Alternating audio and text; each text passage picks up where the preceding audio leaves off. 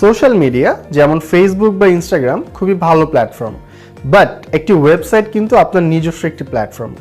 Social মিডিয়াতে আপনার look and design কিন্তু সীমাবদ্ধ, আপনি চাইলেই সেটাকে কন্ট্রোল করতে পারবেন না। বরং একটি ওয়েবসাইটে আপনি আপনার মতো করে আপনার প্রোডাক্ট এবং কন্টেন্টকে উপস্থাপন করতে পারবেন। একই সাথে বিভিন্ন রুলস ভায়োলেশনের কারণে আপনার পেজ কিন্তু সোশ্যাল মিডিয়াতে ব্লক হয়ে যেতে পারে অথবা আপনার ব্যবসাটি বন্ধ হয়ে যেতে পারে।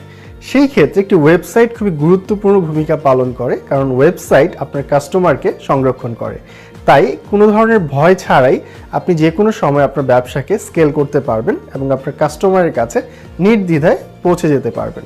যার জন্য ব্যবসা ছোট হোক বা বড়, আজকের যুগে ওয়েবসাইট কিন্তু অপশনাল কোনো বিষয় নয়, বরং খুবই প্রয়োজনীয় একটি বিষয়।